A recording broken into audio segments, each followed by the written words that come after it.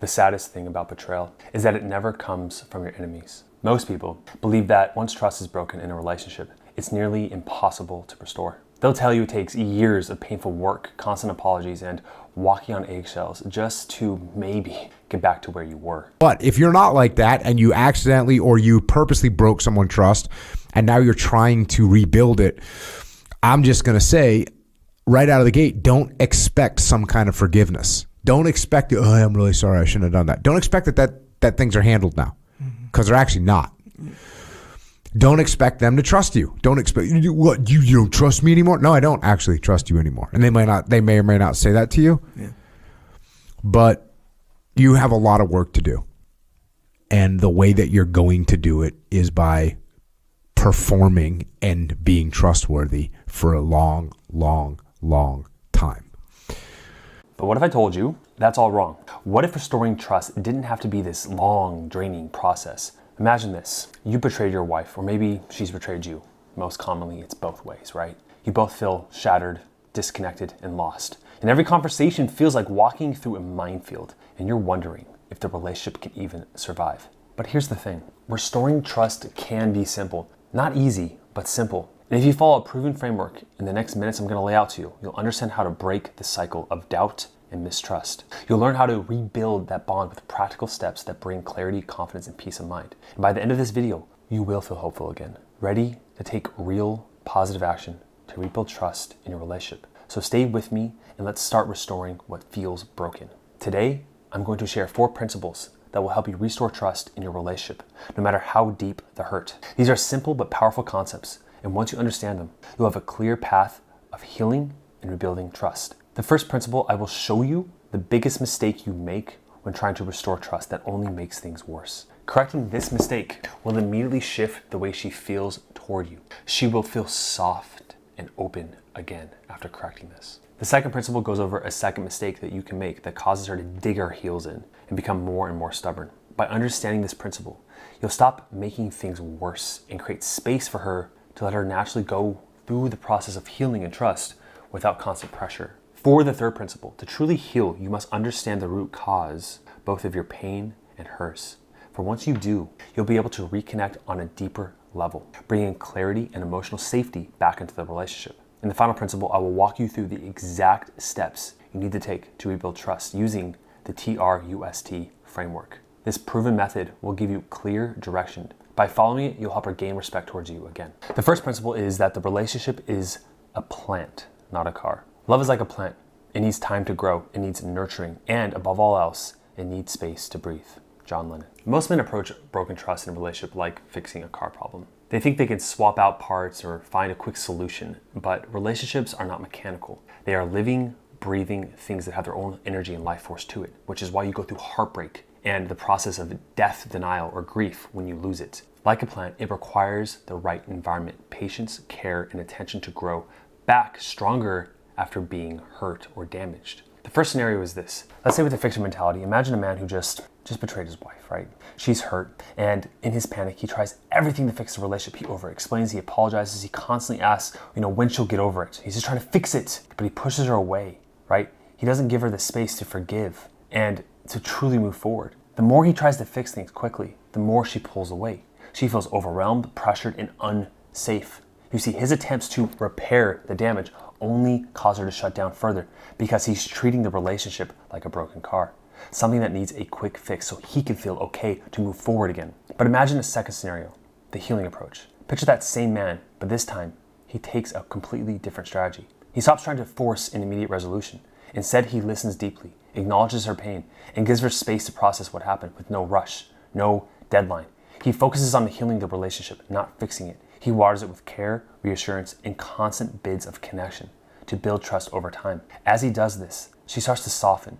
She starts to feel safe and nurtured and open to reconnecting. The trust between them begins to regrow like a plant that has been carefully tended to after being damaged. When we look at this analogy deeper, just like a plant, your relationship needs the right conditions to heal and grow. You can't force a plant to bloom by pulling at its leaves or drowning it in water. It needs sunlight and proper care and time. In the same way, pushing her to fix the situation, to let go of the past, to just move forward towards the future immediately, it doesn't work. It has the opposite effect. Instead, approach her with healing energy, patience, understanding, and consistent effort. And over time, just like the plant, the relationship will begin to blossom. You'll see areas of growth. You'll see those things just sprout out, her care, her attention, her love, her openness. She'll want to see more often when you don't force the process. The second principle is that speed slows down the healing process. You can't rush healing. It takes time for trust to be rebuilt. And any attempt to force it will only deepen the wound. Brené Brown. After most men betray their partner, they try to rush the healing process. They try to impose their own way of healing onto her. They're eager to move past the pain and return to normal, to return to that state of peace, right? But when you push her to get over it, you're not just asking her to let go of the past, you're asking her to suppress her own emotions. The more you rush, the more she feels invalidated, unseen, unheard, leading to a deeper breakdown in trust. You see, healing takes time, and trying to speed it up only delays the process. Let's look at two scenarios again. Scenario number one, the rush to move on. Imagine your wife brings up the betrayal, expressing how much it hurts. You feel uncomfortable with her emotions and the way she's saying things and how she's accusing you. You say things like, haven't we already talked about this enough? Or, you need to stop living in the past. See, your intention might be to help her move on, move forward, so you guys can be happy again. But in that process, you are dismissing her current, present moment emotions and how she feels and who she is at the time. Each time she's reminded that you don't fully understand or acknowledge her feelings, she pulls further away, and then she ingrains more into the negative emotion. So the more you rush to get her to let go, the more trust erodes because she doesn't feel heard or validated. When looking at a second scenario, having the patience to heal, I want you to imagine a different response. She brings up her hurt, right? But instead of trying to rush her through the process, you take a deep breath, you listen, and you say something like, I can see why this hurts you so much, and I'm here for you. You give her enough space to express her pain without making her feel guilty for not moving on fast enough. As you consistently show empathy and patience, she begins to feel understood. And that feeling of understanding softens her and helps her let go of the past. You see the paradox there. Over time, this validation strengthens her ability to heal and slowly restores her trust in you. There is a supporting study with this, the power of empathy.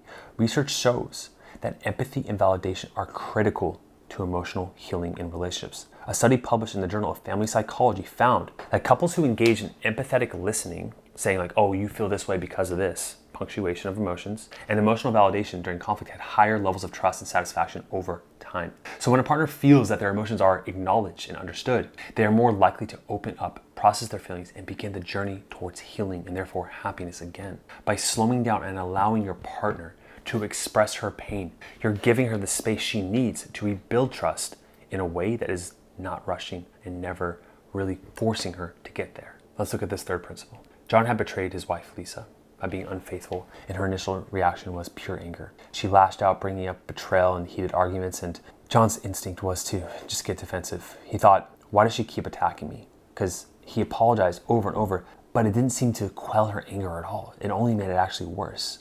It never went away. And every time she brought it up, he felt like she was just walking into a fight. So he started to avoid conversations altogether. He just left the room. He just didn't want to deal with it. And then one day, after he had another argument, John decided to try something different. Instead of defending himself, or shutting down, or walking away, he approached Lisa with genuine curiosity. He asked, I see how angry you are, but I feel like there's something deeper underneath that anger. Can you help me understand what hurts you the most? What is underneath that anger? For the first time, Lisa let her guard down. She told him what she truly was hurting about. It wasn't the betrayal itself. It was the fear that she wasn't enough for him, that she wasn't lovable, that he would leave her, that deep insecurity that he might never be fully able to love her and value her the way she wants. It wasn't just anger. It was a pain. It was the wound, and the anger was just surrounding it. This realization hit John hard. It wasn't just about what he did. It was about how his actions made her feel unworthy and unseen. By shifting from defense to inquiry, or a posture of curiosity as I call it, John saw the deeper emotional wounds he had caused. This newfound clarity deepened his love for her because he finally understood the full weight of his actions. With this understanding, he could approach her with empathy, not just regret, and start the healing process from a real source of her pain. The fourth principle will tell you how to walk through the exact steps that you need to rebuild trust using the Restore framework. This proven method will give you a clear direction and help you follow through and give you exactly what she needs step by step to restore the trust with her again. So the first one is to reflect on your approach. Instead of reacting defensively, reflect on how you approach the situation. Shift your mindset from defending to being genuinely curious about her feelings, like we just talked about. The E stands for engage with open-ended questions. Ask thoughtful, open-ended questions to encourage her to share her emotions. This helps you uncover the real source of her pain. The S stands for silence and listen. And give her the space to fully express her emotions without feeling like you have to interrupt. Sometimes just listening to her vent and not feeling like you have to respond can be more powerful than offering solutions. The T stands for take time to validate. Validate her feelings and acknowledge her pain and show her you understand, not just with your words, but with your nonverbals as well.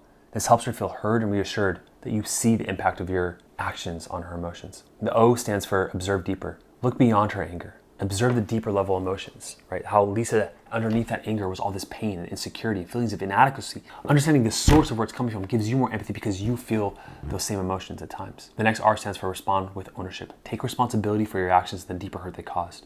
Own the fact that your betrayal triggered more than just surface level emotions. The E stands for express through consistent actions. Rebuild trust by aligning your words with your actions. Show her through consistent behavior that you are committed to healing the relationship and addressing her deeper fears. There's a video right here on the 4 words that convince your wife to give you another chance. I would check that out. And if you need additional help and a marriage evaluator to see exactly how you can save your marriage with proven steps, like all the hundreds of other marriages we saved, click the link down below and set up a call with our team. I'll see you in the next one.